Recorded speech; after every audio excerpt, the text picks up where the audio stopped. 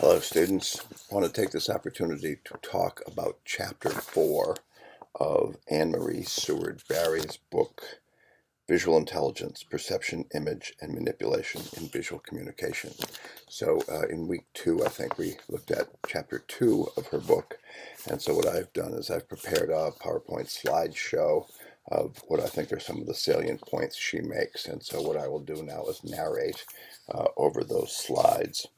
So it's important to remember the title of the book includes the word manipulation, and that's a focus that she takes in one chapter after another.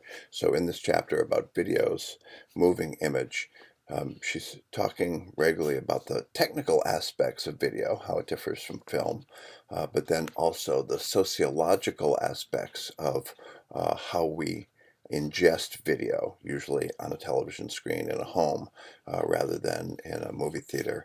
And then she talks about the ability to manipulate the viewer and how this has increased over time as it's gone to digital video.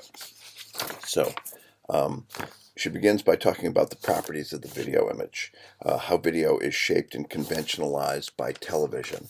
And so if you go and you see a film in a movie theater on a big wide screen, the movie, the director has made some choices with the understanding about the visual experience you're going to have.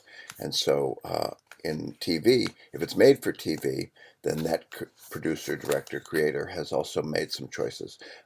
Oftentimes, though, what we're looking at are films that were meant to be screened in a movie theater, and then they're on a TV, and then there are different consequences. The medium and commercial considerations impose aesthetic limitations. So the filmmaker who's making a film to be shown in a movie theater has some aesthetic goals and desires, and has a pretty unlimited palette from which to work. The palette that someone working in video, particularly if it's going to be broadcast on TV, has a much more limited palette. And then she says the image can be manipulated to influence viewers. So that's one of her primary points. TV versus film. The film experience includes group dynamics and large screens. So you go into a movie theater and there are things that occur, including the idea that you and everybody in there should be sort of silent and turn off your cell phone and pay attention to what's on the screen and not be bothering other people.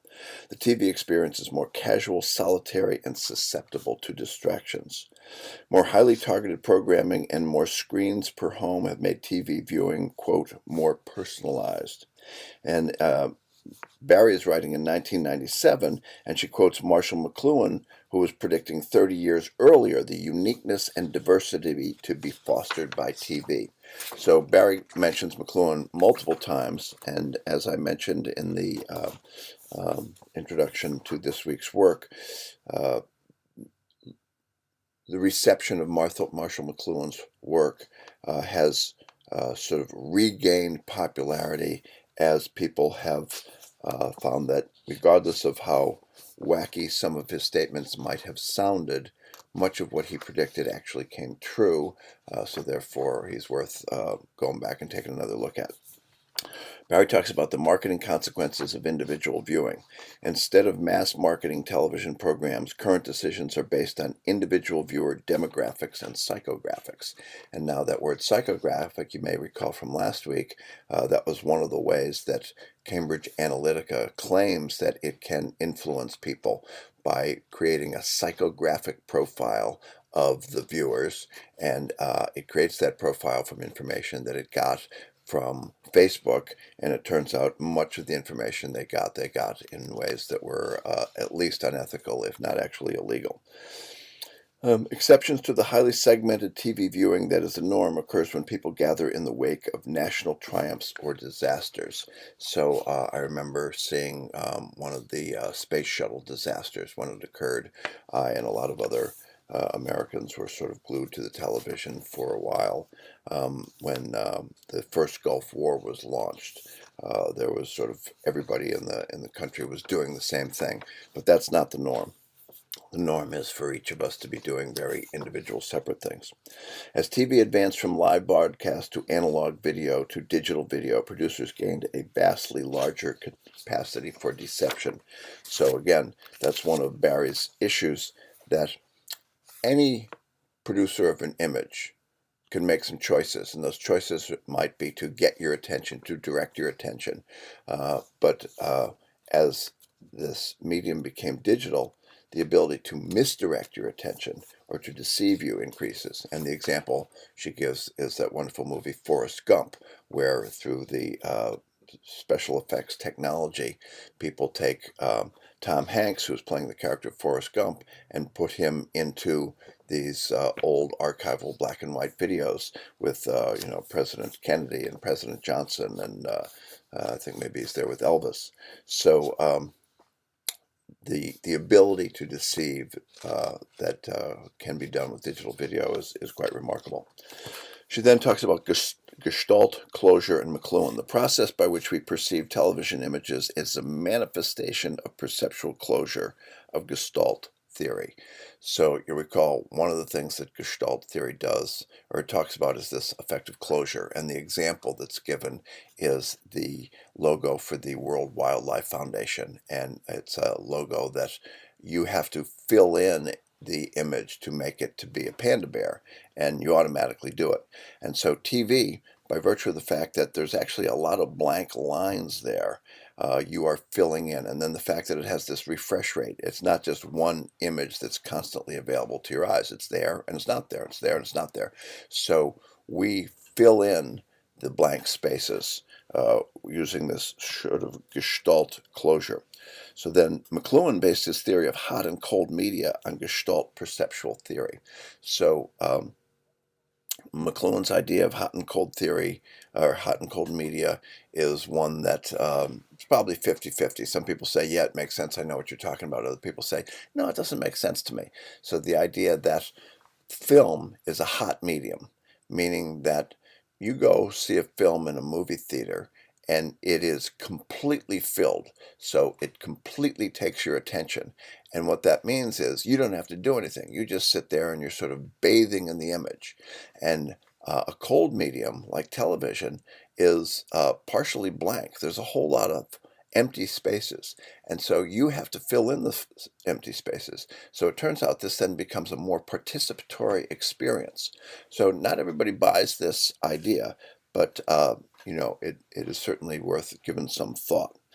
McLuhan's ideas are described by some as confused, rambling, and without a coherent theoretical base. So that's what people who criticized him in his own time, and some people continue to say that 30 years later, actually 50 years later now. But conversely, he was praised by others for his insight into the way in which media use would ultimately affect the way we think and perceive within our total experience. So it's that sort of ability to predict the future is what is giving McLuhan a sort of restored credibility. Barry explains McLuhan's notion about how cold mediums such as TV requires the viewer to do more Gestalt-style closure, thereby engaging the viewer in a more participatory experience. A, quote, hot medium such as film requires little closure on the part of the viewer, thereby providing the viewer with a less participatory, more passive experience. The high definition and intense production values of the film ask less of the film viewer. Low and high definition. Large movie screens invite exterior shots of nature, whereas the small screen of TV's reaction shots dominate. So that's one of the things that a big difference between a filmmaker who's shooting for the widescreen and a video producer who's shooting for a television is the visual tools that they will use are actually quite different. Barry is highly critical of the degradation of a film's impact and aesthetics when it is viewed on a TV screen. So yeah, some of these films that are big, wide outdoor scenes and these grand sort of theatrical images of war or something highly dramatic does get crimped, reduced, sort of bastardized when it's reduced for a small TV screen. Obviously, today's widescreen HD TVs equipped with home theater surround sound would make the loss less catastrophic than what Barry described in 1997. So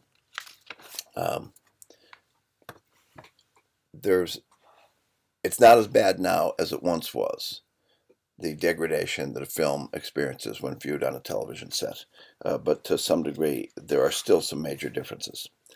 Films shown on commercial TV. In addition to the primarily visual degradation of a film shown on TV, the problem of plot pacing is also significant.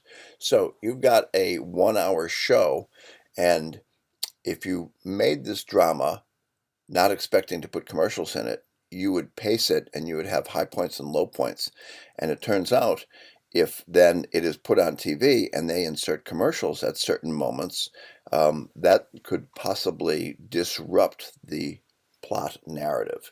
So again, if it's made for TV and shown on TV, it's one thing. Anything not originally made for TV and shown on TV, the interruptions of the commercials often have catastrophic effect on the dramatic effect upon the viewer.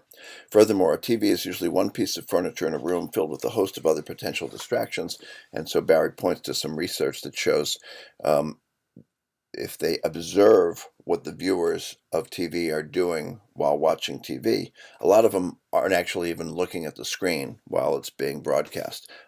People will walk out of the room. We now have the ability to pause the TV, so you're not going to miss something that you didn't want to miss, but it is still it's a paradox that we are less engaged than we would be in a movie theater, but when we are engaged, it demands more participation on our part. So it's kind of interesting. She then goes on to talk about the OJ and Menendez trials. Barry describes the OJ phenomenon and the Menendez trials largely in terms of the way horrific murders were converted into entertainment spectacles. She concludes her largely damning assessment of these two court cases by likening them to the Super Bowl and opining that interactive, individualized television has become, quote, more an instrument mimicking sensation and less a vehicle for social understanding.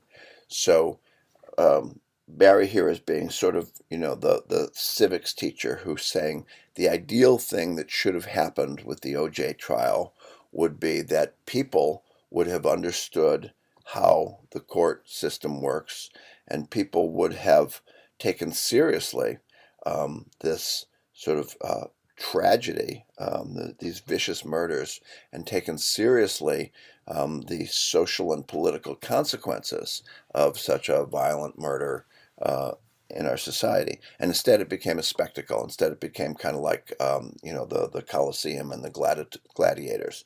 So she seems to be, I'd say she's quite disturbed by the degree to which court TV makes something that should be should aid our understanding of civic processes and turns it into entertainment. She's wrapping up the chapter. She says, sensation, information, dreams, pointing to the MTV-inspired, quote, vicarious adrenaline rush of fast-paced shows like ER. Barry suggests that TV viewing may be like daydreaming, and, quote, that makes viewers particularly susceptible to emotional manipulation.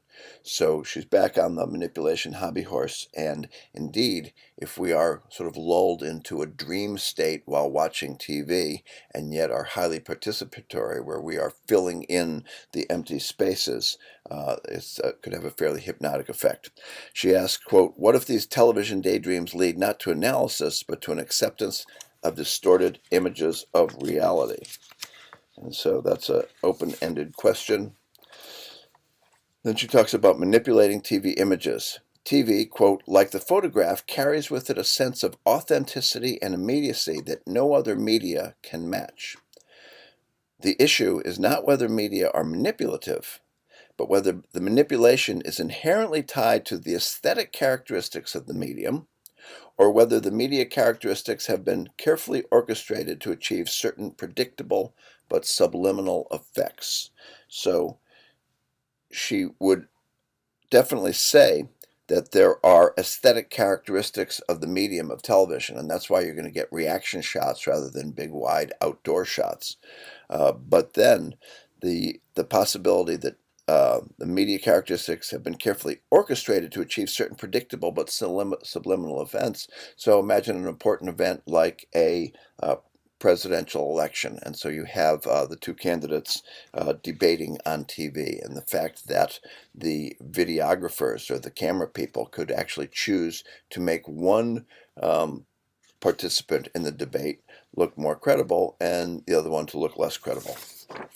So her concluding thoughts say, although there appears to be a universal visual language of shots, angles, and distance that is readily understood by viewers, rarely is this language taken into account for script analysis or censure. So you could look at a broadcast and try and decide whether it was biased or prejudiced or manipulative if you had a transcript of what was said and you could analyze the words. But people are not analyzing the shots, the angles, and the distance in that same way. So the manipulation could be quite a bit more subtle. Finally, she says, the professionals who shoot video know how to create a sympathetic impression of power, ease, and skill, or to create a negative impression of weakness and emptiness in a personality to be handled unsympathetically. So that's how she wraps up the chapter. There's a lot there, and it's a mix of sort of technical, aesthetic, sociological, psychological, and political implications all wrapped into one. So I'm going to wrap up this video and post it in YouTube and then put it into your Canvas site.